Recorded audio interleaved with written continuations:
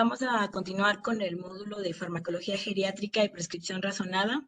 El día de hoy con el tema prescripción razonada de fármacos antihipertensivos y sus implicaciones en geriatría. Como les comenté en la invitación que les realicé a través de los chats, la doctora que nos acompaña el día de hoy es la doctora Marisol Valdés Escárcega. Marisol, bienvenida. Muchas gracias. Marisol es especialista en geriatría y medicina interna, coordinadora clínica de geriatría y profesora titular de geriatría en el Hospital Médica Sur. Es médico certificada por el Consejo Mexicano de Geriatría y gran colaboradora en estos últimos años a través de la enseñanza y la educación. Muchísimas gracias, Mari, por aceptar la invitación. No sé si quieras proyectar, por favor, déjame, te cedo los derechos. Sí, gracias.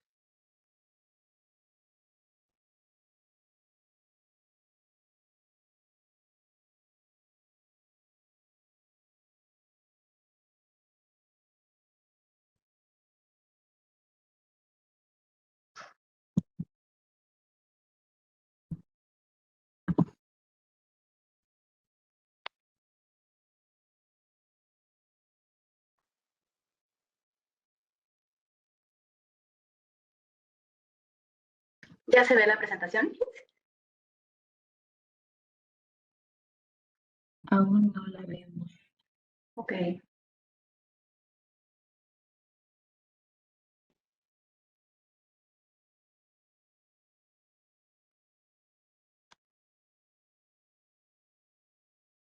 Listo, ¿verdad? Listo. Ok. Sí. Bueno, pues muchas gracias por la invitación. Es un gran honor para mí estar aquí con ustedes el día de hoy. Gracias, Humberto. Gracias, Israel. Gracias, Gis. Realmente estas sesiones académicas semanales, pues a todos nos abren mucho la puerta para poder hacer una academia geriátrica pues bien integral y acompañada pues de todos ustedes y todos juntos. Bueno, pues vamos a hablar, esta es la primera sesión de este módulo y bueno, pues vamos a platicar sobre los fármacos antihipertensivos y vamos a abarcar un temario amplio y bueno, me trataré de dar prisa porque tenemos también un caso clínico y revisaremos un poquito de dudas al final. Entonces, ¿qué sucede pues con la hipertensión? Todos sabemos que la hipertensión aumenta con la edad, hasta un 60% en mayores de 60 años, 75% en mayores de 75, sobre todo los factores y las asociaciones de riesgo de los medicamentos. De acuerdo a los diagnósticos de hipertensión arterial, les puse estos dos cuadros de las guías europeas y de la AJA para ver, porque en base a estos el tratamiento va a depender de acuerdo a las comorbilidades y al grado de hipertensión. Entonces, bueno, sé que esta presentación la van a tener ustedes, entonces me voy a ir un poquito más rápido. Entonces, todos sabemos que en las estrategias de la hipertensión hay dos tratamientos, que es la intervención en el estilo de vida y el manejo farmacológico. Entonces, aquellos pacientes que tienen hipertensión de grado 2 o 3, a fuercita en cualquier edad deben de recibir tratamiento farmacológico. Pero los pacientes con las siguientes condiciones también deben de iniciarlo de manera oportuna. Esto es cuando hay una hipertensión grado 1 en alguna de las dos guías que ustedes escojan y que haya alto riesgo cardiovascular, cuando haya hipertensión de grado 1 y el riesgo cardiovascular sea bajo a moderado, o en algunas guías, aunque esto es un poco controversial, lo vamos a ver a continuación, cuando haya hipertensión grado 1 en pacientes mayores.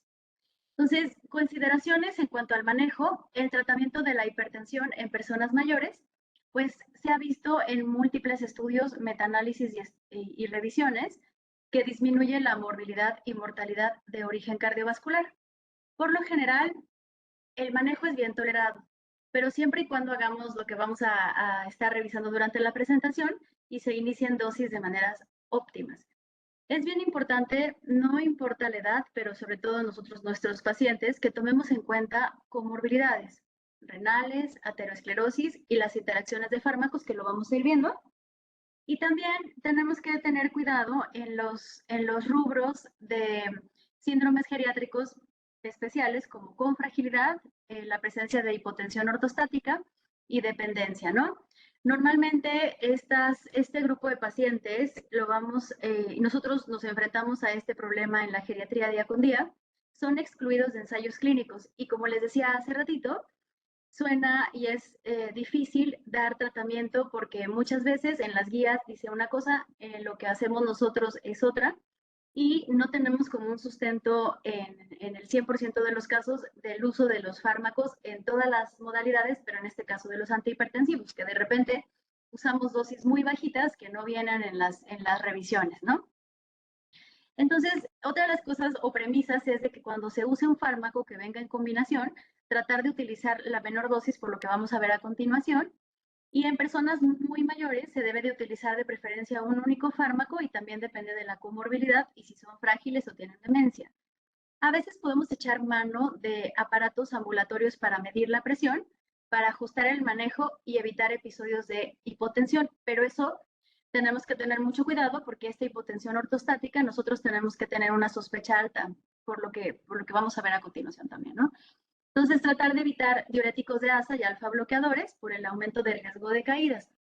Esta gráfica, de manera general, lo que les quiero mencionar es que independientemente del grupo de edad, es decir, mayores de 80 años, entre 65 y 79 años de edad, tanto en hipertensión como en diabetes, como en enfermedad renal, como en enfermedad coronaria y pacientes que ya han tenido un evento vascular, si es bien tolerado, es importante bajar la presión a estos límites, ¿no? De 130 a 139 la sistólica, si son bien tolerados. Entonces, por lo que les comentaba hace un ratito, que los metaanálisis que incluyeron varios y cientos de miles de pacientes han demostrado que una reducción de 10 milímetros de mercurio de la sistólica o 5 de la diastólica se asocia con reducciones importantes de complicaciones a nivel cardiovascular grave, hasta el 20%, mortalidad por todas las causas del 10 al 15%, EBC 35%, complicaciones coronarias del 20% e insuficiencia cardíaca hasta en un 40%. También se ha visto que se asocia con una disminución de la tasa en el desarrollo de la demencia, aunque hay otros estudios que dicen que también bajarla de más aumenta más el deterioro. Este es un cuadrito que me gustó, digo, allí lo van a tener, sobre todo para que vean la gran diferencia de las diferentes guías y consejos y comités en relación a la hipertensión y los diferentes años que existen y la edad y cuáles como las recomendaciones que ellos sugieren para disminuir la presión. Por ejemplo, en mayores de 80 años, hasta que no se tenga una presión arterial sistólica entre 140 y 150 milímetros de mercurio, e incluso tratarla cuando está más de 160 y en menores de 80 años más de 140. O sea, va a ir dependiendo y mucho también tendrá que ver los factores de riesgo cardiovascular. Entonces, hablando de los fármacos que más comúnmente nosotros usamos en la hipertensión, vamos a hablar de las tiazidas, porque casi siempre nosotros vemos pacientes que llegan con este fármaco de primera instancia en tratamiento. Entonces, es piedra angular del tratamiento antihipertensivo, nos ayuda a la prevención de todo tipo de morbilidades y mortalidad a nivel cardiovascular, es más eficaz que otras clases de fármacos en la prevención en insuficiencia cardíaca, tienen un perfil de efecto secundario que es menos favorable y exhiben efectos dismetabólicos que aumentan resistencia a la insulina y el riesgo de diabetes de nueva aparición. Y bueno, pues también se vuelven ineficaces cuando hay una tasa de filtración de menos de 30, que mucho también tiene que ver nuestros pacientes, pero lo comento porque este tipo de fármacos se usan de manera muy extensa en personas mayores en diferentes zonas, ¿no? Entonces, reduce la presión arterial sistólica, tienen bajo costo, la ventaja es que es una dosis diaria y tienen un perfil de efectos secundarios favorables siempre y cuando se usen en las dosis adecuadas. Pueden llegar a ocasionar lo que les comentaba de alteraciones en electrolitos, alteraciones metabólicas, y puede llegar a exacerbar la frecuencia urinaria y la incontinencia que en nuestros pacientes pues es también muy frecuente en ambos sexos. Entonces, un 12.5 miligramos, por ejemplo, de hidroclorotiazida es la dosis inicial recomendada. Y bueno, pues ya dependiendo de la evaluación y de la presión, se puede ir subiendo la dosis, aunque generalmente esta es la máxima que llegamos a usar. Y esta se usa en sinergismo con otros medicamentos que vamos a ver ahorita. IECAS y ARA2 también son de los más utilizados. Los IECAS y los ARAs no deben combinarse para el tratamiento mutuamente porque no hay beneficio adicional. Pero bueno, tanto los inhibidores de la ECA como los ARA reducen la albuminuria, esa es una de las características importantes de estos fármacos.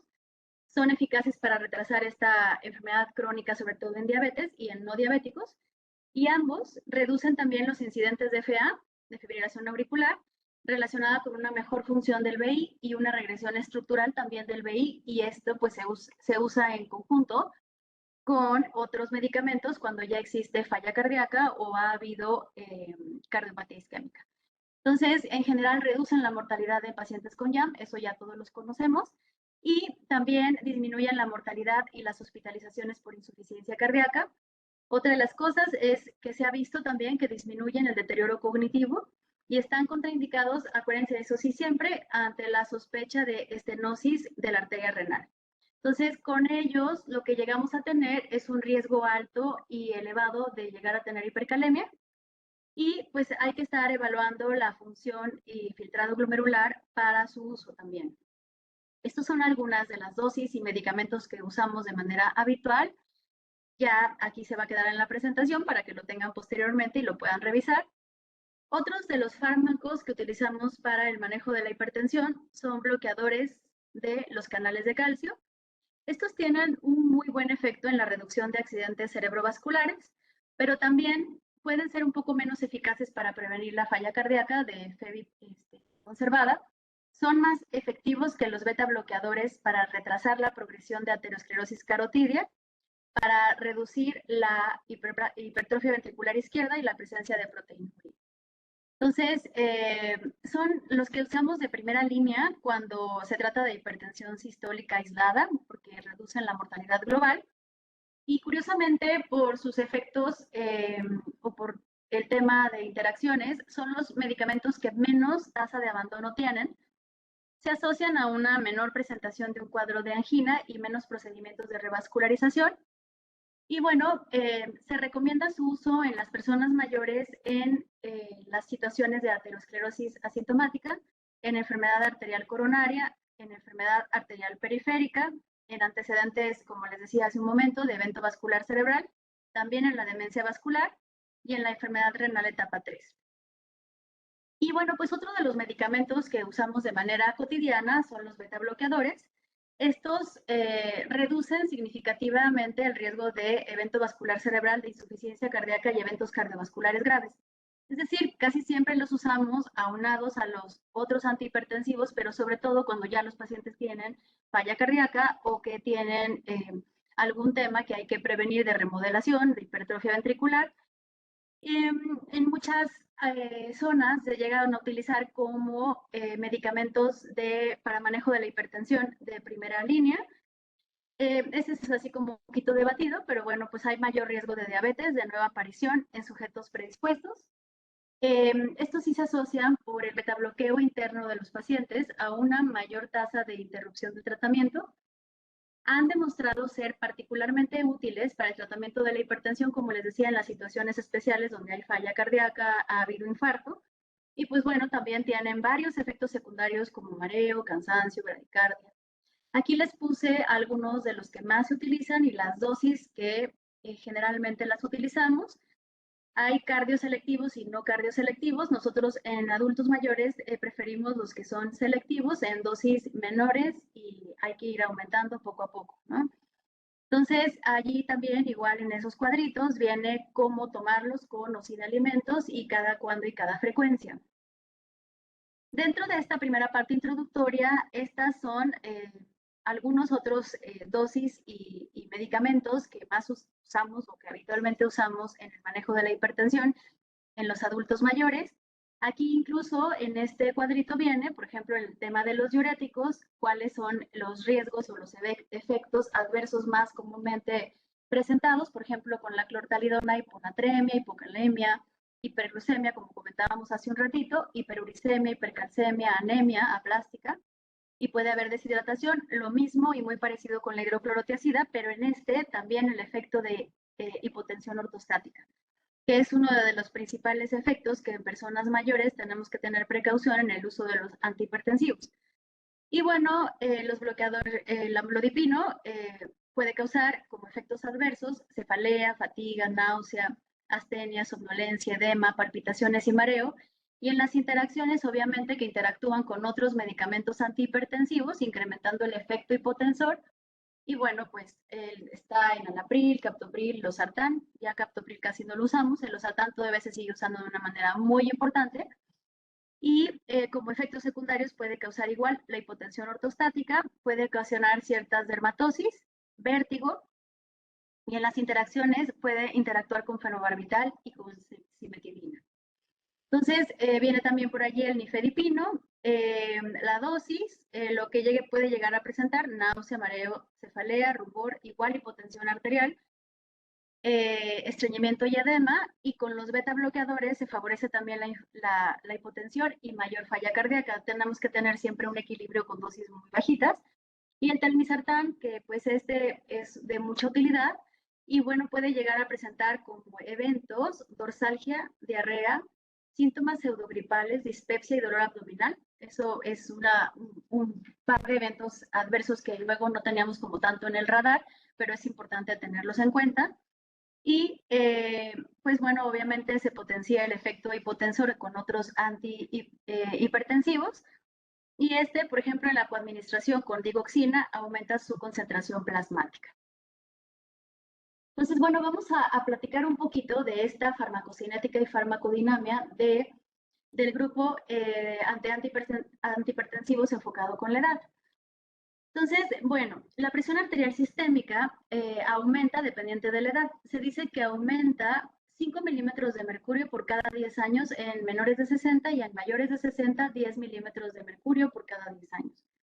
La presión arterial diastólica al inicio tiene un aumento discreto en menores de 50, una meseta de los 50 a 60 y luego se ha visto que puede ir disminuyendo o convertirse en algo normal. Y algo que hemos venido platicando, que en los adultos mayores, es el tema de la hipertensión sistólica aislada, que obviamente es más común en mayores de 50 años y aumenta más el riesgo de enfermedad cardiovascular. Pero bueno, ¿qué sucede en el árbol arterial, en el sistema cardiovascular de los adultos mayores? Pues las arterias normalmente son más prominentes en la cabeza, cuello y en extremidades. La aorta se dilata y se alarga, las válvulas se engrosan y se hacen más rígidas, el gasto cardíaco disminuye, las resistencias periféricas incrementan, cada año 1%, el volumen latido se reduce alrededor de 1% cada año. En el corazón hay infiltración de lípidos y la presión arterial se va incrementando, como estamos viendo aquí, a manera de compensar este incremento de las resistencias periféricas y la disminución del gasto cardíaco. Entonces puede haber menor elasticidad vascular y todo esto va a generar alteraciones en el adulto mayor. Por ejemplo, el músculo cardíaco pierde su fuerza, por eso la disminución del gasto cardíaco, la fuerza contráctil también. Y el resultado pues es esto, que en condiciones de estrés fisiológico cae el gasto cardíaco. Por eso tenemos que tener mucho cuidado con el uso de estos medicamentos, porque si nos vamos a un extremo podemos causar peores consecuencias. Ahora, a partir más o menos de los 80 años, las células del marcapasos se tornan cada vez menos y la capa que rodea además al nodo sinusal se hace más grueso. Entonces, con todo esto, y si vamos a usar un beta bloqueador, tenemos que tener mucho cuidado. Y bueno, pues la fase de contracción isométrica y el tiempo de relajación del ventrículo izquierdo se prolongan también, y el ciclo de llenado diastólico y vaciado sistólico requiere más tiempo para completarse. La parte interna de la túnica, esta se va haciendo, va sufriendo cambios, se va fibrosando, se va calcificando. Lo que les comentaba también en las arterias hay acumulación de lípidos, así como infiltración celular, y todo esto contribuye al desarrollo de aterosclerosis. Se dice que esta esclerosis empieza desde que nacemos, pero conforme vamos envejeciendo, por el proceso normal inflamatorio del envejecimiento, se hace cada vez mayor. Entonces, hay deterioro de la función también de los vasoreceptores y este aumento de las resistencias periféricas que les comentaba, que en particular provocan un incremento de la sistólica. Y bueno, pues hay disminución y reducción de la sensibilidad de los vasoreceptores que regulan la presión sanguínea. Se intensifican pues los problemas relacionados con hipotensión postural y bueno, pues todo esto afecta y altera. Entonces, estos cambios relacionados con el envejecimiento, junto con una buena toma de la presión, son muy importantes para poder nosotros definir qué tipo de tratamiento se le va a dar al paciente para evitar efectos secundarios y hacer una prescripción razonada. Esto igual se los dejo allí porque muchas veces nos hemos topado que a veces se toma la presión arriba de la blusa o en situaciones diferentes en casa que tenemos que tener muchísimo cuidado, ¿no? Y bueno, ahora vamos a platicar un poquito más de eventos adversos frecuentes. Justo lo que les platicaba, ¿no? Esta hipotensión ortostática que habla sobre una caída de 20 milímetros de mercurio en la presión sistólica o una caída de 10 milímetros de mercurio en la presión arterial diastólica dentro de los 3 a 5 minutos de estar de pie, o si al estar de pie también, aunque sea menos tiempo, causa signos y síntomas, mareo, sensación de desvanecimiento. Esta es un cuadrito interesante que, por ejemplo, relacionado como qué son las cuestiones que suceden y qué pasan, por ejemplo, entre los 65 y los 80 años, en personas que tienen elevadas ambas, la presión arterial sistólica y la presión arterial diastólica, pueden llegar a tener alta las resistencias periféricas, alta la rigidez de las arterias, y esto puede llevar a complicaciones cardiovasculares si se ha asociado a deterioro cognitivo. Entonces es muy importante evaluar el tratamiento, evaluar daño a órgano diana y tratar de bajar la presión arterial a menos de 140. Ahora, ¿qué sucede cuando una persona dentro de estas edades tiene alta la sistólica pero baja la diastólica? Entonces eso se asocia también a un aumento en la rigidez arterial, también a complicaciones cardiovasculares, igual a deterioro cognitivo. Y bueno, pues la presión arterial sistólica se encuentra alta y la presión de pulso también se encuentra alta, y lo que tenemos que hacer es hacer actividades físicas para que la presión se mejore, evaluar los daños a órgano blanco, evaluar riesgo cardiovascular, y dependiendo el tratamiento médico va a estar enfocado también, si es que es de tolerancia para el paciente, que la presión arterial sistólica baje menos de 140. En el escenario de pacientes ya más grandes, en donde la presión arterial sistólica está elevada y la diastólica puede estar normal o baja, igual también se ha asociado esto a lo que les platicaba hace un momentito de la rigidez arterial, igual asociado a las complicaciones cardiovasculares, pero aquí en estos dos escenarios, en los mayores de 80 años, con estos incrementos de diferente magnitud en la sistólica y en la diastólica, se relaciona o se ha visto que es importante hacer la evaluación geriátrica integral, y allí va a entrar el estado funcional del paciente para evaluar el tratamiento que tenemos que implementar y el target de la presión a la que debemos de llevar al paciente para evitar riesgo cardiovascular. Entonces, hablando un poquito por el tema que es justo la farmacología, vamos a platicar, acordémonos nada más que las modificaciones a la farmacocinética es lo que el organismo le hace a los fármacos. Y el tema de la farmacodinámica es lo que el fármaco le hace al organismo. Y la definición, ahora sí, de interacción farmacológica se define como el producto de las asociaciones o relaciones que se establecen entre las diferentes sustancias activas y los excipientes. Eso es bien importante porque varía al ubicarse en el comportamiento biológico del paciente. Entonces, la interacción farmacológica existen de diversas, y es un evento que aparece pues cuando la acción de un medicamento administrado con fines de diagnóstico, prevención, curación, rehabilitación o tratamiento es modificada por otro fármaco. Entonces, existen tres características de las interacciones farmacológicas: cuantitativas, cualitativas y de fármaco precipitante. Aquellas cuantitativas son aquellas en las que hay un aumento o disminución del efecto del fármaco administrado inicialmente cuando se agrega el segundo. Cualitativas es cuando existe la aparición de un síntoma inesperado en virtud de la exposición al fármaco o fármacos administrados en segundo momento.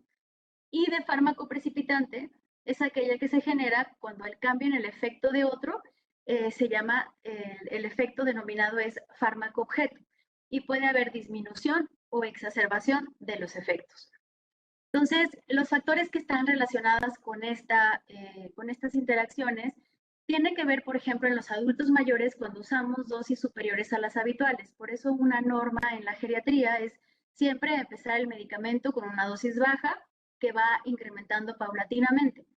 Y bueno, pues si son ingeridos diversos medicamentos de manera simultánea, sobre todo cuando hay enfermedades graves, dependiendo del mecanismo de acción de los fármacos, hagan de cuenta que se valora si hay que darlos separados o no, aunque muchas veces no hay ningún problema y se pueden dar juntos. Y el metabolismo dosis dependiente pues tiene que ver con el envejecimiento renal, envejecimiento hepático y si hay enfermedades a estos niveles. Y este margen y el margen terapéutico estrecho de diferentes fármacos tiene que ver con el metabolismo genético o la farmacogenómica de cada persona.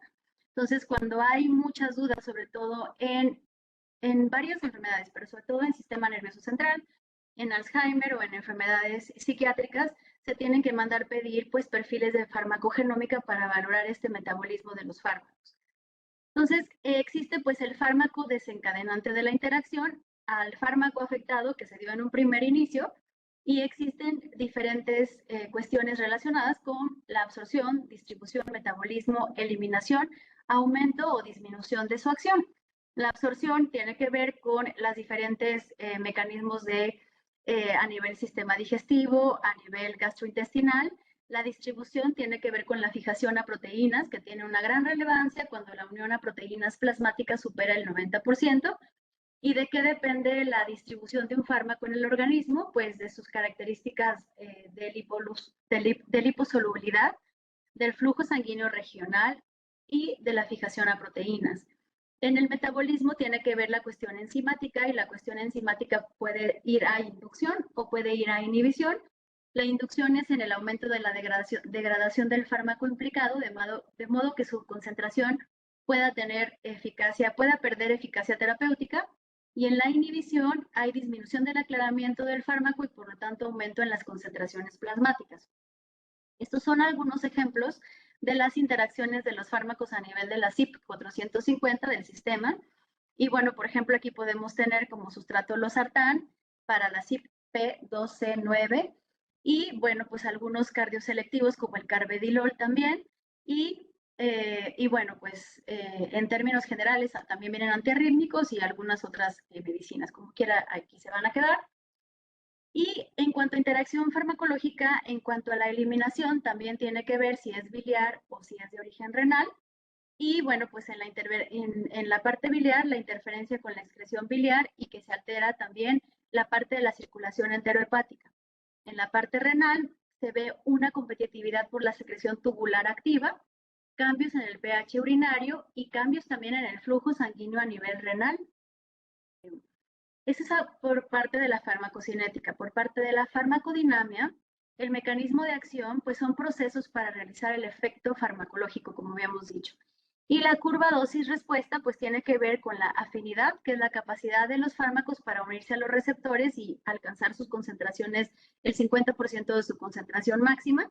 Igual eficacia, que es la capacidad del complejo fármaco-receptor para generar el efecto. Se mide esa con el efecto máximo. Y la potencia es la capacidad para unirse, es decir, la afinidad de llegar a esta ¿cómo se llama? Concentración al 50% del medicamento y producir un efecto farmacológico que se denomina como eficacia. En el sentido de la farmacodinamia, existe un sinergismo que puede ser por diferentes vías. Esta es la interacción de medicamentos, producen un aumento mayor a la suma individual de cada medicamento y puede ser a través de sumación, a través de potenciación y a través de facilitación. Por ejemplo, en la potenciación, en los fármacos que nos competen a nosotros, está el metoprolol con la hidroclorotiazida. Y cuando existe antagonismo puede haber de tres tipos, que puede ser farmacológico, fisiológico y puede ser químico. Entonces, bueno, ahí en el farmacológico puede ser competitivo y no competitivo. Ejemplo para evaluar este tema de beta bloqueadores es propanolol con noradrenalina. Y bueno, pues también viene ejemplo de antagonismo fisiológico, que es la insulina con los esteroides y la glucosa. Y químico es que se neutralizan, como ejemplo muy claro tenemos la protamina y la heparina. Y bueno, pues existe también interacciones fármaco-alimentos y en este caso se ha visto que la ingesta simultánea de alimentos y medicamentos vía oral pues pueden provocar también cambios en la biodisponibilidad de los medicamentos al modificar la absorción, el metabolismo y la excreción. Entonces, esto se puede deber existen o ahorita como contados, por así decir, aproximadamente 273 medicamentos que interactúan con alimentos. Pero aquí tenemos que tener cuidado porque nuestros pacientes tienden a ser frágiles, tienden a tener sarcopenia o riesgo de pérdida de peso. Entonces es muy importante no estar tan clavados con este tema de la interacción fármaco-alimento porque la mayoría de estas interacciones no son clínicamente relevantes y bueno, pues va variando en diferentes situaciones. Por ejemplo, tiene que ver varios mecanismos, alteraciones en el vaciamiento gástrico, reacciones directas con componentes de la dieta, alteraciones directas en el pH luminal o también la presencia de reacciones enzimáticas. En cuanto a alteraciones en el vaciamiento gástrico, pues se ha visto que hay patrones de vaciamiento distinto para diferentes alimentos líquidos y sólidos y sobre todo también esto sucede cuando existe una alta ingesta de comida grasa en la dieta. Entonces, se retarda el inicio de la absorción y, por tanto, el inicio de acción de algunos medicamentos, ejemplo, alguna cortisona, hidrocortisona. El segundo, a través de las interacciones fármaco-alimento, son sobre todo en quinolonas, bifosfonatos, en tetraciclinas, la ferritoína, y ahí pues se hacen ciertas características o ciertas recomendaciones. Y en cuanto al pH, también igual son antibióticos. En este caso, ni en el anterior, está relacionado con antihipertensivos, pero de todas maneras se los comento para que lo conozcan. Y en cuanto a las reacciones enzimáticas, ahí ya sí se ve que en las enzimas del citocromo P450 hay alteraciones sobre todo en felodipino, por ejemplo, en nifedipino, en donde se ha visto que el jugo de toronja inhibe la enzima que platicamos hace ratito, que está alterada en el metabolismo, en la producción enzimática encargada de metabolizar más de 85 medicamentos, y aquí sí vienen fármacos antihipertensivos. Entonces traten de allí sí evitar esa combinación. Aquí vienen un poquito más de otros tipos de componentes en la dieta. En lo que nos compete es igual la mandarina, mango y pues bueno, para ahí vienen para felodipino el vino tinto, ¿no? O sea, los resultados es que hay alteraciones en la biodisponibilidad de los medicamentos y a veces no tomamos en cuenta estas reacciones y entonces queremos dar un medicamento extra o dos medicamentos extra, perpetuando las alteraciones en presión de pulso y mayor caída de hipotensión, etcétera, ¿no? Entonces, ¿qué vamos a hacer nosotros como recomendación de prescripción en nuestros pacientes? Tenemos que saber, pues, que nosotros por cada 5 fármacos prescritos se esperan al menos 10 interacciones fármaco-fármaco. Entonces, es muy importante que, por ejemplo, teniendo 10 fármacos, se ha visto que se pueden llegar a tener hasta 45 interacciones y teniendo 15, hasta 105 interacciones. Entonces, es muy alta el riesgo de la polifarmacia en los adultos mayores, es muy, muy alto. Y entonces, muchas veces nuestros pacientes no nada más tienen un problema relacionado con la hipertensión, sino también tienen falla cardíaca de FEBI preservada o no preservada, o tienen algún otro problema cardiovascular o ya tuvieron algún infarto, y entonces única y exclusivamente para la parte cardiovascular se pueden llegar a utilizar más de 2 o 3 medicamentos.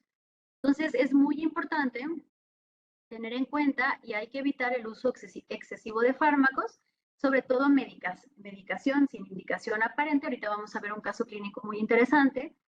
Medicación duplicada, medicación con potencial de interacción, medicación contraindicada en las personas, dosis inapropiadas o medicación para tratar efectos adversos de medicamentos, que es la cascada de prescripción, pues que nosotros como geriatras estamos súper acostumbrados a verla, ¿no? Y el uso de un número excesivo de medicamentos inapropiados. Entonces, ¿qué podemos hacer para prevenir todo esto en la parte de los antihipertensivos? Es tener intervenciones educativas con los pacientes, es decir, tomarnos a lo mejor unos segundos, bueno, unos minutos del tiempo de consulta para poder explicar bien las recetas. Hay que estar haciendo revisión periódica de los fármacos con esta petición de que traigan su bolsa de medicamentos, de preferencia las cajas de los medicamentos para ver dosis, porque a veces te dicen una cosa y la realidad es otra. Utilizar y el empleo del equipo multidisciplinario de la evaluación geriátrica integral.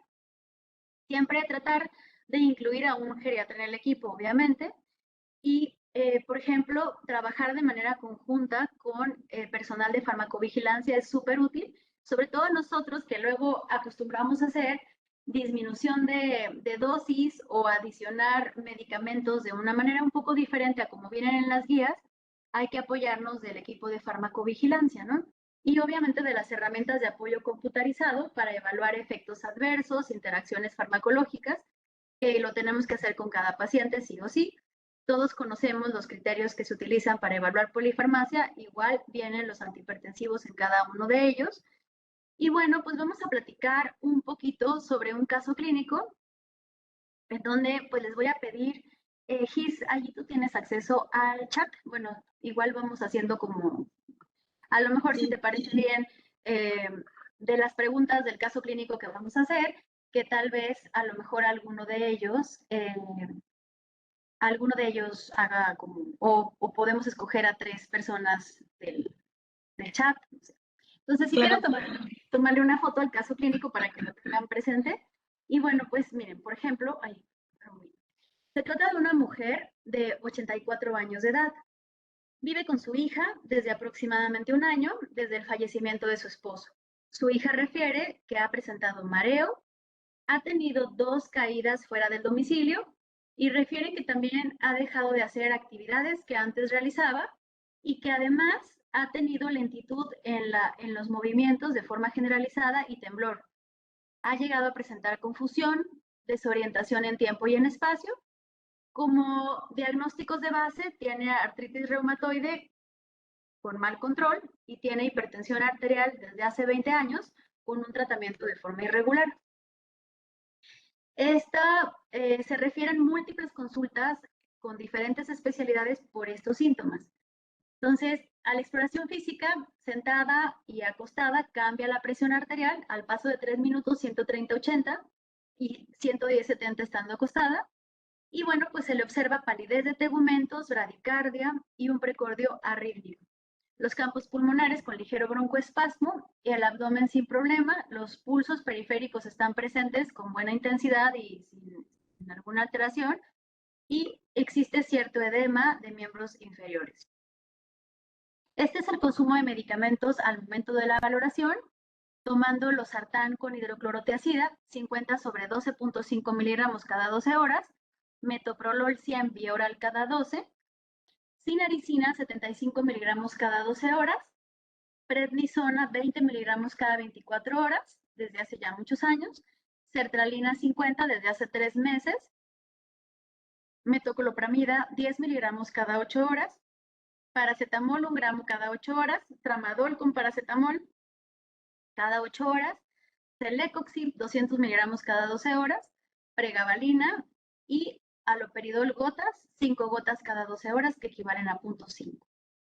Entonces, sí podemos abrir, o bueno, la discusión de 3 comentarios de qué síndromes geriátricos sospechan, de que lo pongan en el chat y lo podemos leer y revisar.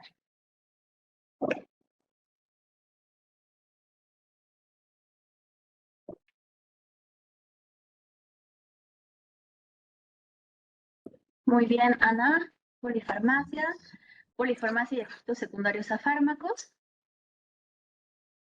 Síndrome de caídas, polifarmacia no justificada, hipotensión ortostática. Exacto, prescripción inapropiada, Dolor crónico, depresión. Muy bien. Y bueno, ¿qué creen que ha perpetuado la polifarmacia? O sea, ¿qué sería como lo principal o de los diagnósticos de base de esta paciente que ha hecho que se ha convertido en una cascada de prescripción inadecuada? Muy bien. Tratamientos en casa, múltiples tratamientos, el dolor, claro. Múltiples médicos mencionan. Claro. Un inadecuado abordaje de la paciente, por supuesto. Exacto, eso es muy importante, el temblor por efecto de la sinaricina, que muchas veces pues se llega a dar por este tema de los mareos. En algunas otras ocasiones se llega a dar también con el fin de mejorar como cognición y este tema de que se encontraba de repente un poco desorientada, ¿no? Muy bien. No, bueno, están todos súper hechos. Entonces, ¿qué reacciones adversas observan ocasionadas por los medicamentos prescritos? A ver, vamos a ver.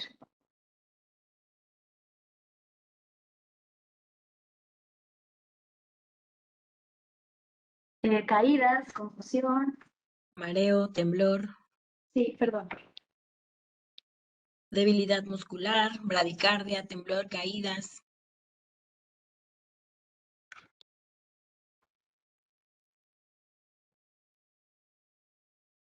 Hidroclorotida, reacciones adversas por los medicamentos. Muy bien. Exacto, mucho tiene que ver la falta de la valoración geriátrica integral, ¿no creen? Y en este caso, muchos de los efectos secundarios relacionados con el tratamiento antihipertensivo en un inicio, ¿qué opinan del tema del metoprolol y la dosis que tiene? Muy bien, celecoxib y descontrol de la presión arterial. Igual también hay cierta asociación con antiinflamatorios y con beta bloqueadores. Muy bien, es una dosis alta de metoprolol tomando en cuenta el beta bloqueo, ¿no? Pero fíjense que aún así, y lo que dice Arturo, que es una dosis muy alta y que de repente puede estar como se la vemos en consulta. O sea, sí llegamos a ver en consulta que llegan pacientes de 70 y de 80 años con dosis de metoprolol de 100 miligramos cada 12 horas. Entonces, bueno, pues allí, por ejemplo, fíjense, nada más con la pura, exacto, el metoprolol ya es innecesario en ese paciente. Digo, tendríamos que hacer una valoración de la función de la función ventricular del paciente y valorar algunos otros aspectos para poder tomar una decisión así. Pero fíjense, exacto, las interacciones de los beta bloqueadores con otros medicamentos justo de la paciente, ¿no? Está con el metoprolol y está tomando antiinflamatorios, pues obviamente los efectos de la interacción, este es un ejemplo de uno de los solo ellos, ¿no? Disminución del efecto hipotensor, vigilancia de la presión arterial, o sea, lo que se recomienda es vigilar la presión arterial en tratamientos superiores a una semana, o sea, la combinación con beta bloqueador, este nada más es un ejemplo de interacción de beta bloqueador con otros medicamentos, por ejemplo, ¿se acuerdan? Estaba con sertralina, 50 miligramos cada 24 horas y el efecto también puede haber bloqueo cardiovascular, bueno, bloqueo eléctrico. Y pues lo que se recomienda es una posible reducción igual de lo que han estado comentando ustedes de la dosis del beta bloqueador. Fíjense, la asociación del beta bloqueador con cortisona, hay un antagonismo de lo que acabábamos de hablar del efecto hipotensor.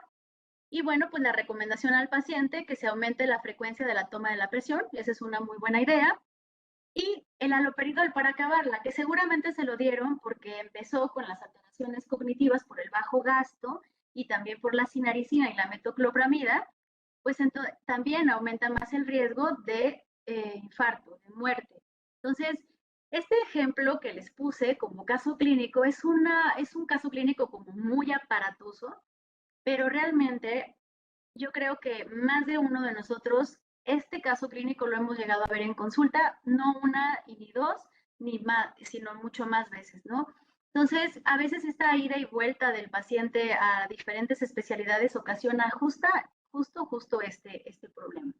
Entonces, ahí les puse un cuadrito que además existen drogas de uso frecuente que pueden estar produciendo hipertensión. Habría que evaluar también productos de herbolaria, productos, o no productos, sino consumo de alcohol, también es importante. Entonces, como perlas de objetivo del tratamiento, pues existen varias, como dependiendo de la clase de evidencia. El primer objetivo del tratamiento pues va a ser reducir la presión arterial a menos de 140/90 en todos los pacientes, siempre y cuando el tratamiento se tolere bien. Entonces, se debe de alcanzar en la mayoría de los pacientes que podamos el objetivo de 130/80 o menos. Para la mayoría de los pacientes menores de 65 años que reciben tratamiento antihipertensivo, se recomienda reducir la presión arterial sistólica al intervalo de 120 a 129, tomando en cuenta la edad. Para los que son más grandes, Pues se recomienda como un intervalo de presión arterial entre 130 a 139. Si son mayores de 80, ¿se acuerdan que dijimos 160? Y bueno, se debe de considerar también la presión arterial diastólica en menor de 80 milímetros de mercurio para todos los pacientes hipertensos, independientemente del nivel de riesgo, pero con un nivel de evidencia 2A.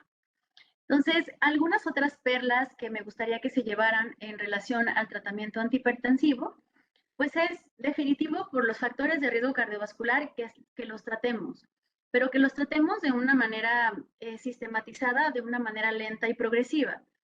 Esto es a todos los de 65 a 79 años con sistólica mayor o igual a 140 y diastólica igual o mayor a 90.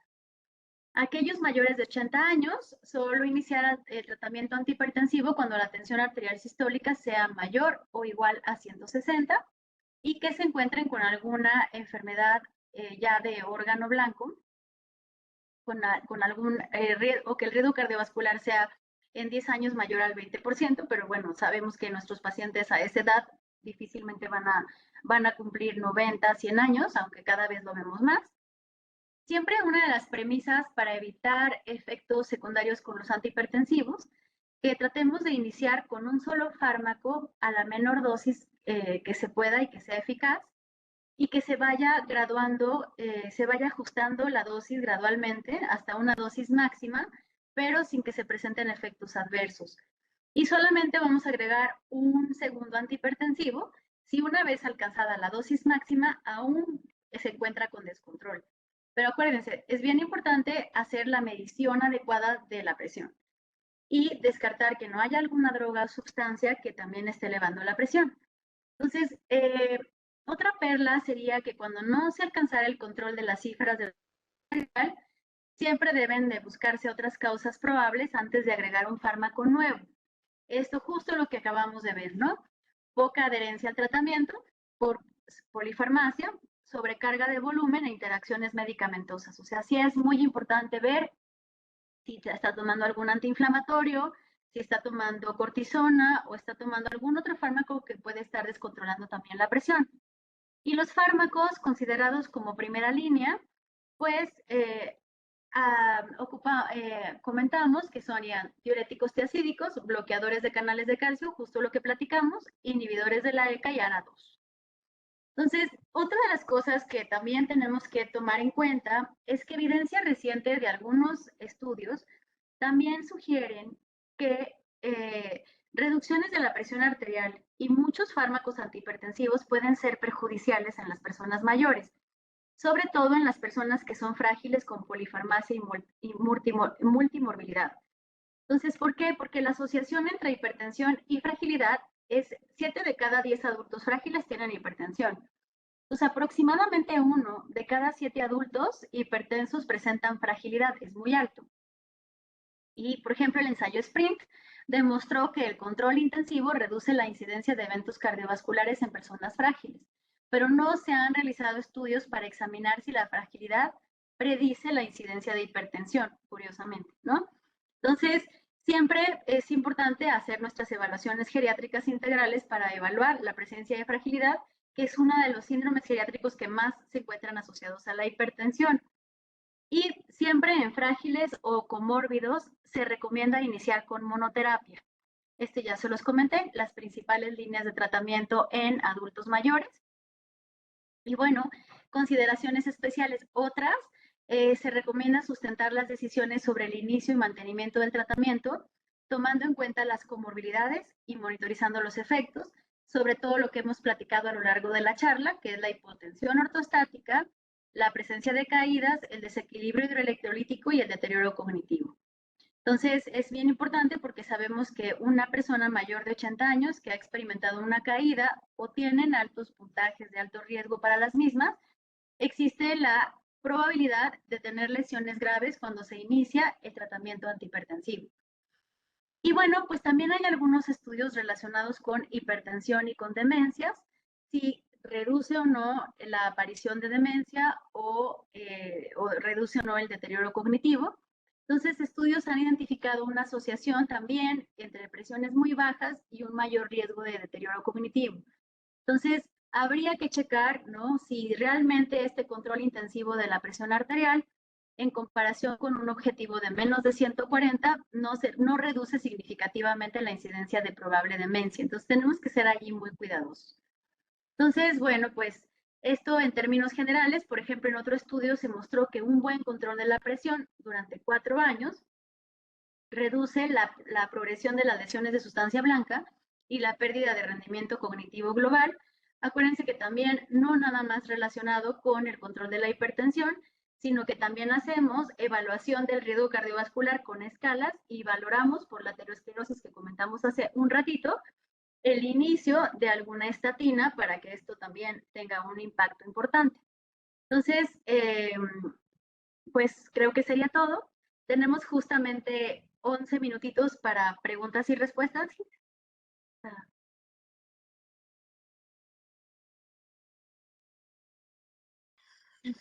Muchísimas gracias, Marisol. Estuvo bastante completa y bastante práctica, con muchas perlas que hay que tomar en cuenta dentro del tratamiento de nuestros pacientes. Justo mencionaba el doctor Miguel Arriaga que es importante valorar bien la tasa de filtrado glomerular, ajustar medicamentos, evaluar el estado nutricional, estar al pendiente de los ajustes que puedan realizarse desde el primer nivel de atención y obviamente apoyarse del equipo multidisciplinario. Y como mencionabas, pues al final es importante no dañar, y en este caso menciona el doctor, sobre todo condicionar a nuestro paciente a que evolucione a un síndrome de fragilidad. Te felicitan varios de nuestros compañeros, el doctor Arturo Ávila, el doctor Martín González. Justo estamos en tiempo. Dentro de las preguntas que teníamos, vimos que participaron bastante dentro del caso clínico, y justo muchos mencionaban que era importante incluir la educación de nuestros cuidadores, de los pacientes, de sus redes de cuidado y de apoyo. De verdad, agradecemos mucho la participación. Tuvimos una muy buena convocatoria, Marisol. Tú no estabas para saberlo, pero 343 participantes que se fueron sumando a lo largo de la ponencia. Hay una pregunta que menciona: ¿los adultos mayores con hipotensión por el día e hipertensión por la noche se benefician más del cambio de antihipertensivo o de la cromoterapia? Monoterapia, perdón. Cronoterapia, digo. ¿Cronoterapia? Pues bueno, más bien aquí yo creo que sí sería del antihipertensivo. Tendríamos que hacer ajuste de la dosis precisamente, y aunque no utilicemos de manera rutinaria los mapas para hacer la valoración de la presión, yo creo que sí podríamos echar mano de esto, sobre todo en este tipo de pacientes en los que es difícil el control y que a veces lo que podemos estar haciendo es estar haciendo adición de interacciones de medicamentos con otras, o con otras sustancias que pueden estar modificando la presión. Entonces, de la cromoterapia supongo que se refiere a algo, no sé, Gis, como de los colores, o no, perdón, no entendí.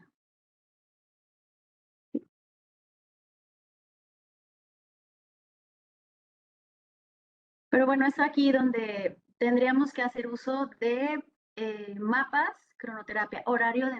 ok, perdón. Sí, claro. Pues bueno, dependiendo del mecanismo de acción del antihipertensivo, es decir, si es un antihipertensivo que damos de cada 12 horas y el efecto de la presión se está viendo justo a las 12 horas, podemos modificar los horarios, por supuesto. Modificar los horarios sin problema, ¿no? O sea, cambiar y pues con eso ir optimizando el manejo del paciente. Muchísimas gracias, Mari. De verdad, agradecemos mucho tu participación.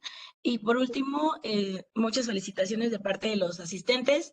Por último, antes de despedir la sesión del día de hoy, queremos recordarles que tomen en cuenta el 8º Congreso Internacional Geriatrim. Tenemos fechas para el mes de octubre, a finales del mes de octubre, a partir del 29 al 31 de octubre de este año.